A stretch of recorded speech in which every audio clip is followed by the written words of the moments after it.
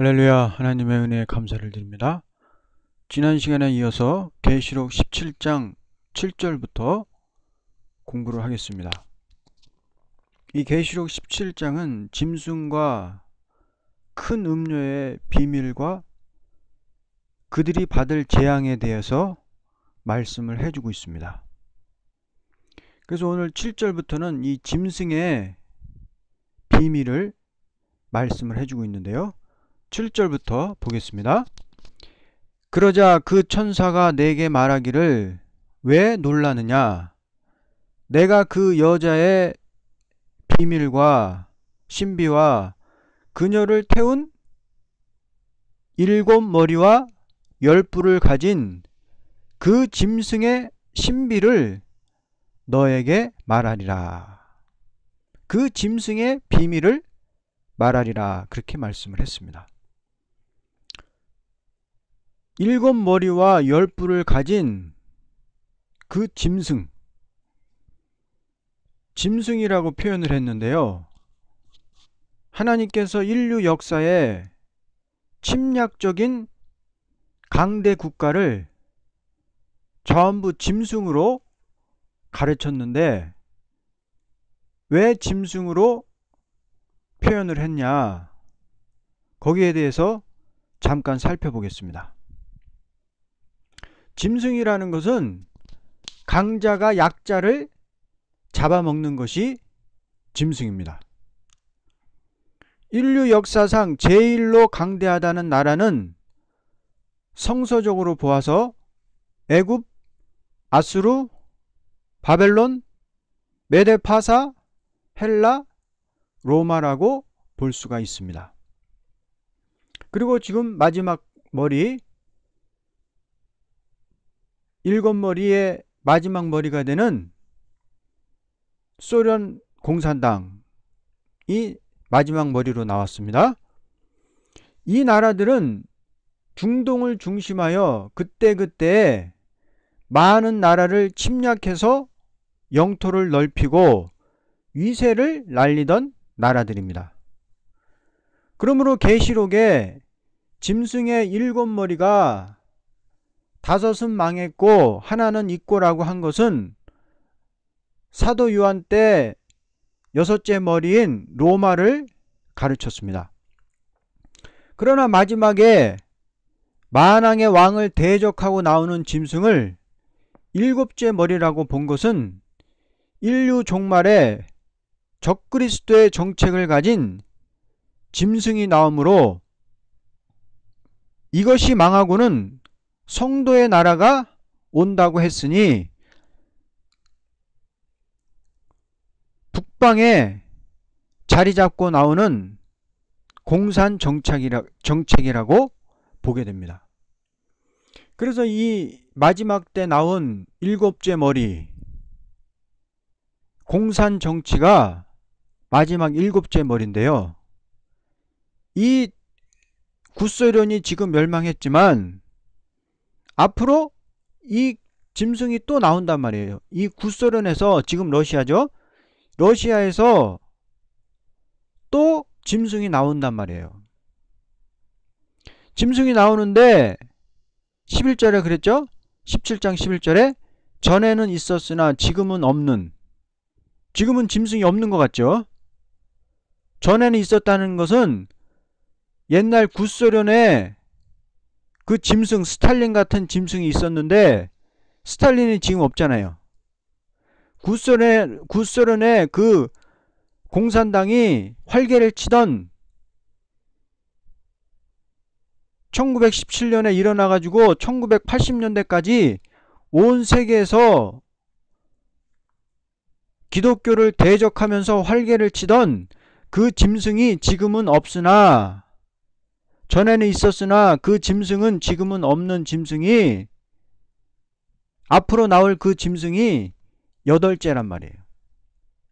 8째 짐승이 스탈린 같은 짐승이 또 이제 8번째로 나오지만 그 짐승은 7 머리에 속한다.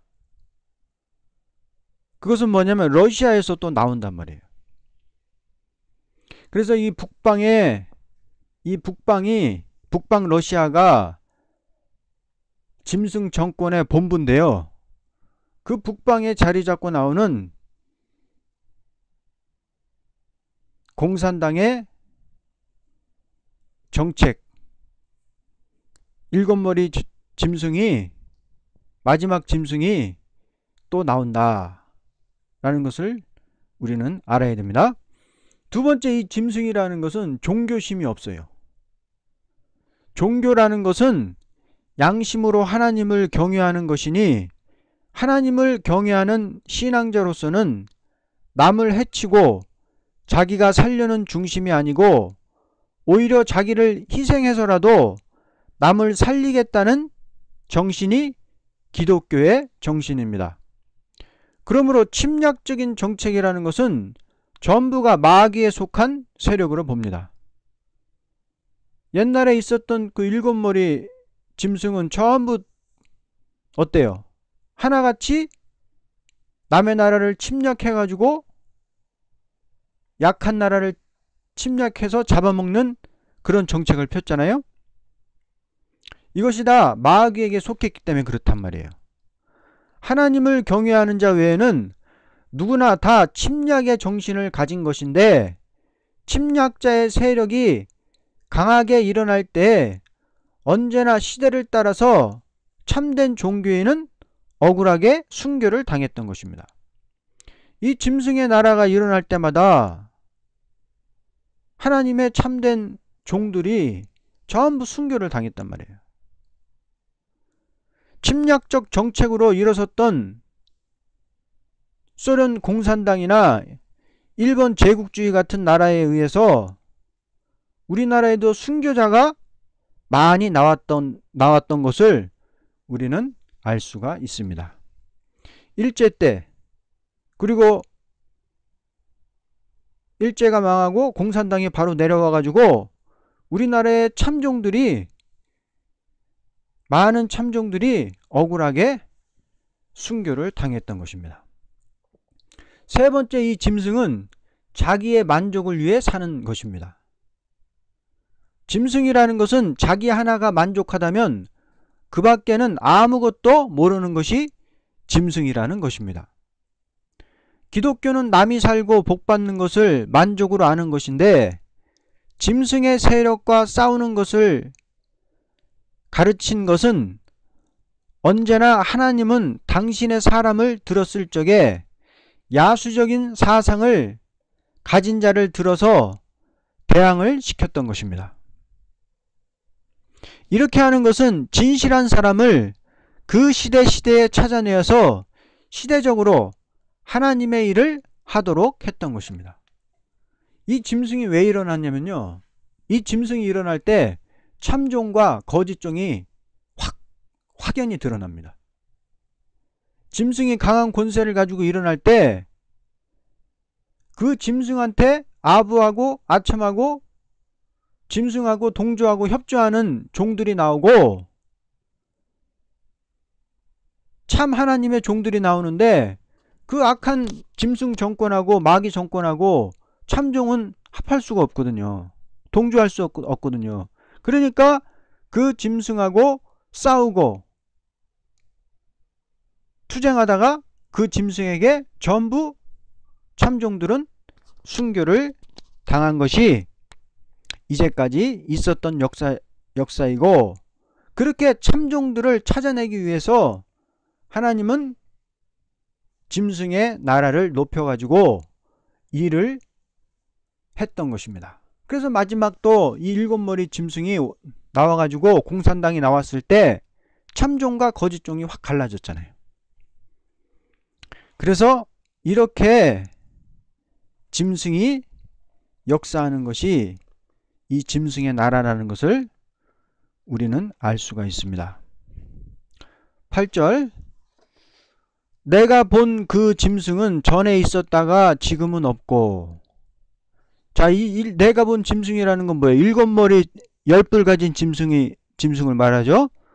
그 일곱 머리 열뿔 가진 짐승은 전에 있었다는 것은 뭐냐면 1917년에 구소련에서 공산혁명이 일어나가지고 일곱 머리 짐승이 올라왔는데요.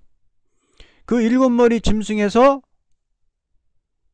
스탈린이라는 사람이 올라와 가지고 엄청나게 마귀의 도구로 쓰임받는 그런 일을 했는데, 그 스탈린이 전에 있었다가 지금은 없고 한 것은, 지금 짐승, 스탈린 같은 짐승이 있어요, 없어요? 구소련이 망했는데 무슨 짐승이 있어요? 지금은 없으나 앞으로 끝없이 깊은 구렁으로부터 나와서, 앞으로 이제 이 스탈린 같은 짐승이 또 나온단 말이에요. 어디에서? 러시아에서.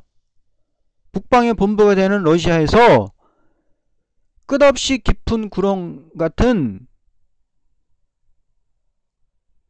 마귀의 세력을 말하는데요.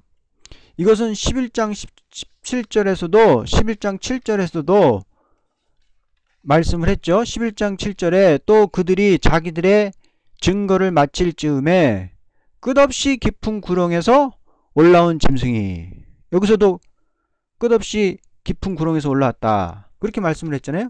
그래서 이거는 마귀가 쓰는, 이 짐승은 소속이 마귀에게 속하여 지옥에서 올라오는 그런 자인데, 스탈린과 같이 괴율적인 정책을 쓰는 정치 지도자가 나올 것을 말씀을 했습니다. 이 짐승은 소속이 마귀 소속이란 말이에요.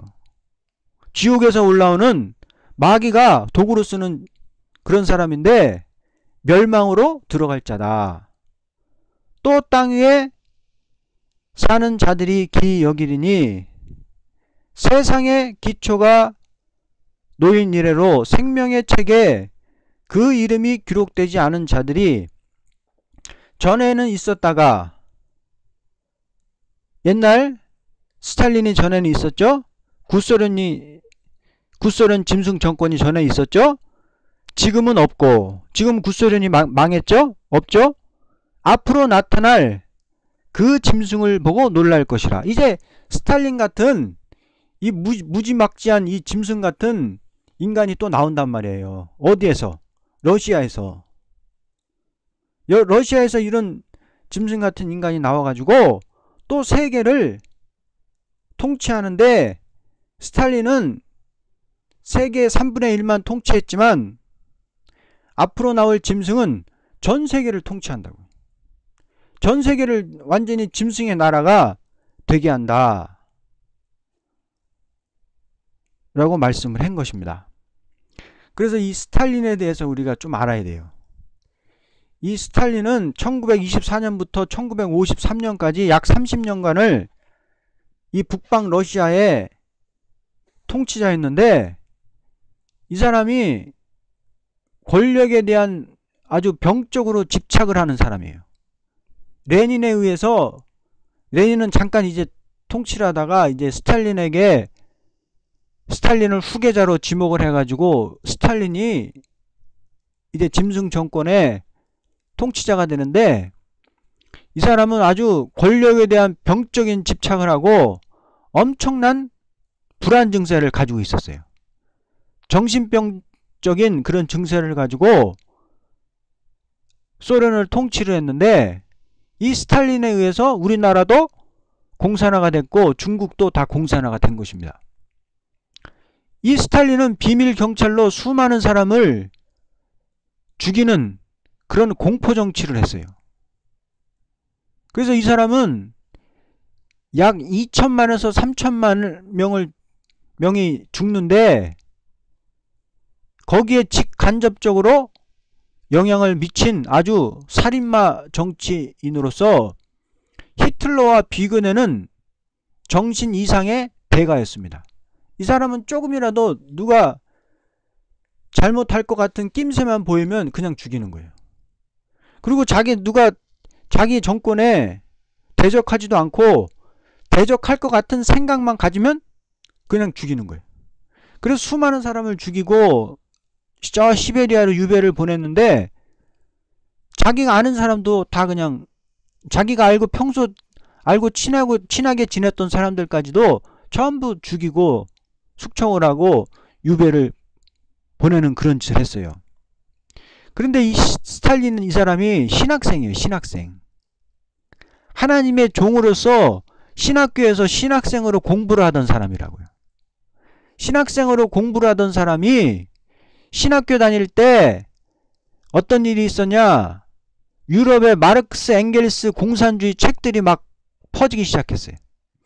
공산주의 책들이 막 퍼지고 공산주의 광풍이 막 불 때 신학교에서는 그 책을 절대 못 보게 했습니다. 마르크스와 엥겔스의 책들을 그거는 마귀가 들어간 책이기 때문에 무신론주의, 유물론주의 사상은 신학교에서 그게 용납을 합니까? 신학교에서는 유신론을 가르치고 신이 있다는 사상을 가르치고 하나님의 진리 말씀을 가르치고 하나님의 종들을 기르는 곳인데 무신론 사상, 신이 없다는 사상을 가르치는 책들이 막 퍼지니까 신학교에서는 당연히 금서로 정하고 보지 못하게 한 거예요. 근데 이 스탈린이라는 신학생이 그 책을 몰래 본 거예요. 마르크스 엥겔스의 책을 보고서 그 사상이 들어가니까 이 귀신이 이 스탈린에게 들어갔어요. 귀신이 스탈린에게 들어가가지고 그 사상이 미쳐가지고 이제 신학교도 그만두고 하나님의 종이 될 사람이 이 신학교도 그만두고 그때부터 이제 혁명투쟁의 용사로 나가는 거예요. 그래서 이 사상이 이렇게 중요한 거예요. 진리 사상을 바로 박히지 못한 사람은 아무리 신학생이라도 아무리 목사라도 그 사상이 잘못 들어가면은 하나님의 대적자가 되는 거예요. 오늘날 마찬가지. 오늘날 한국교회도 하나님을 믿는다고 하는 목사들이 이 공산 사상이 들어간 사람이 있어요. 공산 사상이 들어가고 유물적 사상이 들어가고 그래가지고 공산주의자도 괜찮다. 공산주의자도 예수만 믿으면 구원받는다. 무신론 사상도 예수만 믿으면 구원받는다. 이게 바로 WCC 용공주의거든요. 그래서 이 스탈린이 그렇게 그 사상이 들어가니까 막 혁명투쟁을 해가지고 은행에 침공해가지고 은행에 돈을 갖다가 막 사람들을 막 죽이고 은행에 돈을 뺏어가지고 레닌에게 막 갖다 주고 그래서 막 시베리아로 시베리아 감옥에 끌려가서 감옥에 갇히기도 하고 그런데 또 거기서 또 탈출을 해요. 탈출을 해가지고 계속 혁명적인 투쟁을 해가지고 레닌과 같이 일하다가 레닌의 이제 눈에 들어가지고 레닌이 스탈린을 후계자로 지목하고 레닌이 죽습니다. 그래가지고 이제 스탈린이 이제 정권을 잡아가지고 30년간을 소련을 통치하면서 이 사람이 엄청난 공포정치를 했던 것입니다.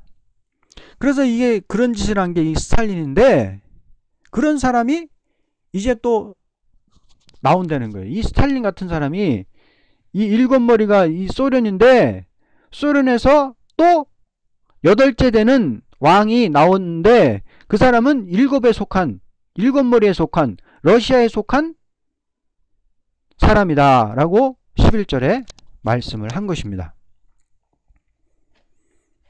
그래서 그런 사람이 나와가지고 역사를 하니까 많은 사람이 그 짐승을 보고 놀라더라. 스탈린보다도 더 계율적으로 스탈린은 이 사람은 막 강압적인 그런 정치를 폈지만 마지막에 나오는 이 짐승은 8째 짐승은 아주 계율적인 정책을 쓴단 말이에요. 아주 계율적인 정책을 써가지고 겉으로는 아름답게 우아하게 선하게 막 자신을 포장한단 말이에요. 그래서 사람들을 미혹을 한단 말이에요. 미혹. 스탈린처럼 막 강압적으로 막 때려 죽이고 그런 것이 아니고 미혹을 해가지고 사람들의 마음을 얻는단 말이에요. 그래서 그런 스탈린하고는 그런 차이점이 있다는 것을 우리는 알아야 됩니다. 그래서 이 마지막 심판기에 나올 짐승은 계율적인 정책을 쓰는 반기독적인 나라가 나온다는 뜻으로 전에 있다가 지금은 없으나 장차 무적행으로 올라오는 자라고 말씀을 했습니다. 이것은 온 땅 사람을 전부 생명책에 기록되지 못한 자는 다 그 짐승을 숭배하도록 하는 것입니다. 이 짐승을 앞에 가서 다 숭배를 하는 거예요. 옛날 스탈린은 사람들이 막 숭배를 하진 않았잖아요. 스탈린 앞에 가서 막 절하고 그러진 않았잖아요. 막 강압으로 막 죽이고 숙청하고 감옥에 보내고 그런 짓을 했지, 사람들이 스탈린 앞에 절하고 그러진 않았거든요. 근데 이 마지막 나오는 짐승은 다 자기 앞에 절하게 만들어요. 겉으로는 막 천사처럼 하는데 속은 잡아먹는, 남의 것을 잡아먹고 강탈하고 무자비하게 역사하는 그런 짐승이란 말이에요. 짐승. 그래서 많은 사람들이 그 짐승을 보고 놀랄 것이라 그렇게 말씀을 했고요. 9절에 지혜 있는 생각이 여기 있으니 일곱 머리는 그 여자가 앉은 일곱 산이요. 자, 지혜 있는 생각이 여기 있다. 그 일곱 머리 짐승은 그 여자가 앉아 있는데, 여자가 앉아 있는 그 짐승은 일곱 산이다. 그렇게 말씀했어요. 그래서 이것은 뭐예요? 17장 3절에 한 여자가 주홍빛 짐승 위에 앉아 있는데, 그 짐승은 하나님을 모독하는 이름들로 가득하고 일곱 머리와 열 뿔을 가졌더라. 그 짐승 위에 그 여자가 앉아 있단 말이에요. 그 일곱 머리 짐승 위에 여자가 앉아 있는데, 그 일곱 머리는 일곱 산이라는 것은 어떤 산은 정권, 권력, 권세를 말할 때 산이라고 성경에 표현을 했는데, 그 일곱 산이라는 것은 왕이란 말이에요. 일곱 왕이란 말이에요. 일곱 번째 왕이란 말이에요. 그래서 일곱 번째 왕에 앉아서 그 여자가 음료 교권이 앉아서 짐승의 쓰임을 받게 되는 것입니다. 10절, 거기에 있는 일곱 왕 가운데 다섯은 패망하였으나 하나는 남아있고. 자, 왕 가운데 다섯은 패망했다. 다섯은 어디예요? 애굽, 아수르, 바벨론, 메데파사, 헬라. 다섯은 패망했죠. 하나는 남아있고. 사도 요한 때 남아있던 나라는 어디예요? 여섯째 머리 되는 로마. 로마는 남아있고, 또 하나는 아직 이르지 아니하였으나. 이제 앞으로 사도 요한은 마지막 일곱 번째 짐승을 봤어요, 못 봤어요? 사도 요한은 못 봤단 말이에요. 그러니까 또 하나는 아직 오지 아니하였으나 오면 잠시 동안 머무르게 되리라. 그래서 일곱째 머리가 나오면은 잠시 동안 세상을 지배하다가 잠깐 후에 망한다. 그렇게 말씀을 했습니다. 로마처럼 막 수백 년을 지배하고 그러지 않는단 말이에요. 일곱째 머리가 나오면은 로마처럼 막 수백 년 동안 세상을 지배하고 그러진 않는다. 잠시 동안 지배하고 망한다. 그렇게 말씀을 했습니다. 11절, 전에는 있었으나 지금은 없는 그 짐승이 여덟 번째지만. 자, 전에는, 자, 옛날에 구소련의 정권과 스탈린 같은 짐승이 지금은 있어요, 없어요? 전에는 있었지만 지금은 없죠. 그러나 그런 짐승이 또 나오는데, 그 왕은 여덟 번째지만 스탈린이 일곱 번째고, 일곱 머리 되는 왕국의, 짐승 왕국의 짐승이, 스탈린 같은 짐승이 일곱 번째 왕이고, 그 일곱 번째 왕국에 이제 스탈린이 없어지고 여덟 번째 왕이 또 나온단 말이에요. 여덟 번째 왕이 나오지만 그 여덟 번째는 여덟 번째 왕국이 아니고 일곱 번째 짐승인 구소련, 러시아의 왕이다. 일곱째 중에 속한 왕이다. 라는 것을 말씀을 했습니다. 그런데 그가 멸망으로 들어가리라. 이 사람은 잠깐 동안 지배하다가 반드시 멸망받을 짐승의 정권이다 라는 것을 말씀을 했습니다. 그러니까 일곱 머리가 이제 소련인데, 구소련인데 지금의 러시아인데, 그 러시아에는 두 가지 정책을 펴는 왕이 나올 것을 보인 거예요.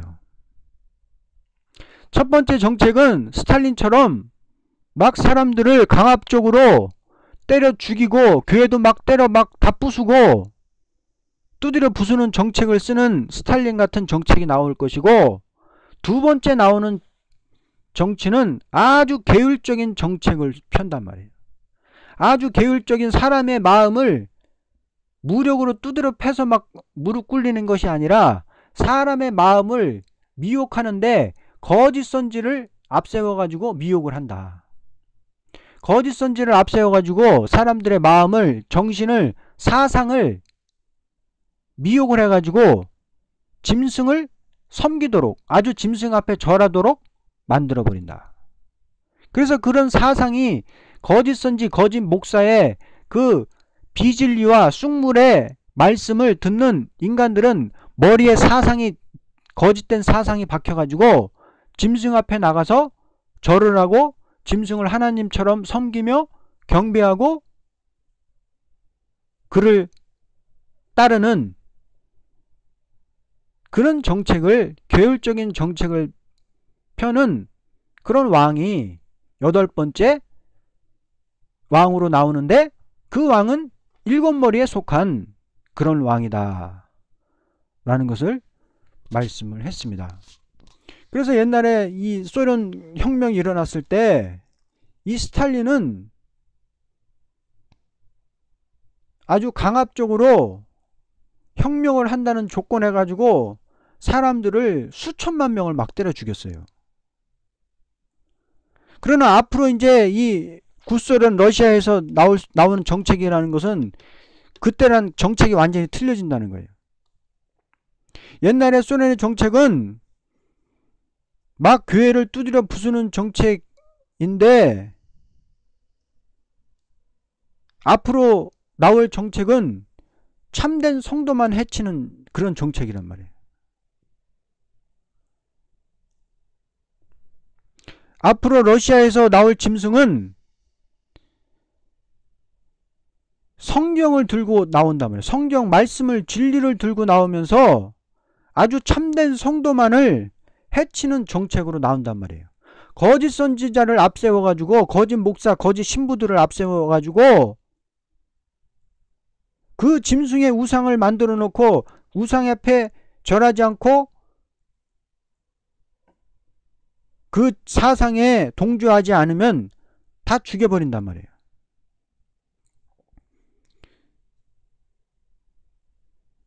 그래서 이거는 예수님을 진실로 믿는 사람은 그 사상을 받아들일 수 있어요, 없어요? 절할 수 있어요, 없어요? 절할 수 없단 말이에요. 그런데 그 미혹의 말에 참 하나님을 믿는 사람과 성전 방마당만 밟는 사람들이 갈라져가지고 그 미혹의 말에 다 속는단 말이에요. 그래서 목사도 그 미혹의 말을 받아들이고 성도들도 다 받아들이고 그렇게 된단 말이에요. 그런데 하나님을 참으로 믿는 종들은 그 사상을 받아들일 수가 없죠. 그 짐승하고 협상을 할 수 없죠. 그래서 끝까지 싸운단 말이에요. 그래서 싸우는 종이 나오고 그 짐승하고 협상하는 종들이 나와서 완전히 교회가 갈라진다. 그 짐승이 나옴으로써 갈라진다. 그 어떻게 그런 사상을 받아들일 수가 있습니까? 어떻게 그 짐승 앞에 가서 협상하고 짐승 앞에 가서 절을 할 수 없어요. 그 미혹의 사상을 절대로 받아들일 수가 없는 거예요, 참종은. 그래서 앞으로 그런 세상이 된다 라는 것을 했습니다. 말씀을 했습니다. 오늘 11절까지 봤습니다. 12절부터 다음 시간에 공부하겠습니다. 아멘.